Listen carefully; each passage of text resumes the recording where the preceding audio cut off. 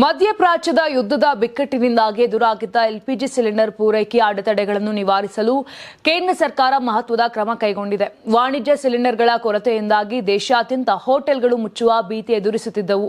ಈ ಹಿನ್ನೆಲೆ ತೈಲ ಮಾರಾಟ ಕಂಪನಿಗಳ ಉನ್ನತ ಅಧಿಕಾರಿಗಳನ್ನೊಳಗೊಂಡ 3 ಸದಸ್ಯರ ವಿಶೇಷ ಸಮಿತಿಯನ್ನು ಸರ್ಕಾರ ರಚಿಸಿದೆ. ಈ ಸಮಿತಿಯು ಹೋಟೆಲ್ ಮತ್ತು ರೆಸ್ಟೋರೆಂಟ್ಗಳ ಬೇಡಿಕೆಗಳನ್ನು ಆದ್ಯತೆಯ ಮೇಲೆ ಪರಿಶೀಲಿಸಿ ಅಡೆತಡೆ ಇಲ್ಲದೆ ಗ್ಯಾಸ್ ಪೂರೈಕೆಯಾಗುವಂತೆ ನೋಡಿಕೊಳ್ಳಲಿದೆ. ಇದರಿಂದಾಗಿ ಹೋಟೆಲ್ ಮತ್ತು ರೆಸ್ಟೋರೆಂಟ್ ಉದ್ಯಮಕ್ಕೆ ಕೇಂದ್ರ ಸರ್ಕಾರದಿಂದ ಬಿಗ್ ರಿಲೀಫ್ ಸಿಕ್ಕಿದೆ.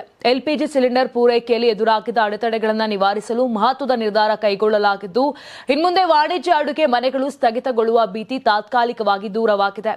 ಪೆಟ್ರೋಲಿಯಂ ಸಚಿವ ಹರ್ದೀಪ್ ಸಿಂಗ್ ಪುರಿ ಅವರ ಅಧ್ಯಕ್ಷತೆಯಲ್ಲಿ ನಡೆದ ಉನ್ನತ ಮಟ್ಟದ ಸಭೆಯಲ್ಲಿ ಪ್ರಸ್ತುತ ಅನಿಲ ಕೊರತೆಯ ಪರಿಸ್ಥಿತಿ ಹಾಗೂ ಅದರ ಪರಿಣಾಮಗಳ ಬಗ್ಗೆ ಚರ್ಚಿಸಲಾಯಿತು.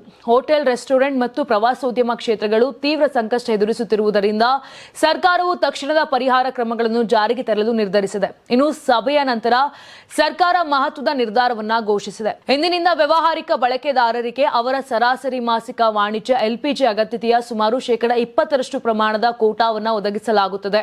ಇದರ ಮೂಲಕ ಕನಿಷ್ಠ ಮಟ್ಟದಲ್ಲಿ ಹೋಟೆಲ್ ಮತ್ತು ರೆಸ್ಟೋರೆಂಟ್ಗಳ ಅಡುಗೆ ಕಾರ್ಯಗಳು ಮುಂದುವರಿಯುವಂತೆ ಮಾಡಲು ಕೇಂದ್ರ ಸರ್ಕಾರ ಪ್ರಯತ್ನಿಸುತ್ತಿದೆ. ಇದಲ್ಲದೆ ಹೋಟೆಲ್ ಮತ್ತು ರೆಸ್ಟೋರೆಂಟ್ಗಳಿಗೆ ಹೆಚ್ಚುವರಿ ಅನಿಲ ಸರಬರಾಜುಗಳನ್ನು ಒದಗಿಸುವ ಸಾಧ್ಯತೆಗಳನ್ನು ಪರಿಶೀಲಿಸಲಾಗುತ್ತಿದೆ. ಪೆಟ್ರೋಲಿಯಂ ಮತ್ತು ಪ್ರವಾಸೋದ್ಯಮ ಸಚಿವಾಲಯಗಳು ಪರಸ್ಪರ ಸಹಕಾರದೊಂದಿಗೆ ಉದ್ಯಮದ ಪ್ರತಿನಿಧಿಗಳೊಂದಿಗೆ ನಿರಂತರ ಸಂಪರ್ಕದಲ್ಲಿದ್ದು ಸಮಸ್ಯೆಗಳನ್ನು ತ್ವರಿತವಾಗಿ ಪರಿಹರಿಸುವ ಪ್ರಯತ್ನ ನಡೆಸುತ್ತಿವೆ. ನೀವು ಸಣ್ಣ ಆಗ್ಬೇಕಲ್ವಾ? ಅದು ಒಂದು ಉತ್ತಮ ಆಹಾರದಿಂದ ಸಣ್ಣ ಆಗ್ಬೇಕಲ್ವಾ? ಪ್ರತಿದಿನ ನಮ್ಮ ಜೀನಿ ಸ್ಲಿಮ್ ನ ಯೂಸ್ ಮಾಡಿ ಯಾವುದೇ ಸೈಡ್ ಎಫೆಕ್ಟ್ ಇಲ್ದಂಗೆ ನೀವು ಸಣ್ಣ ಆಗ್ತೀರಾ.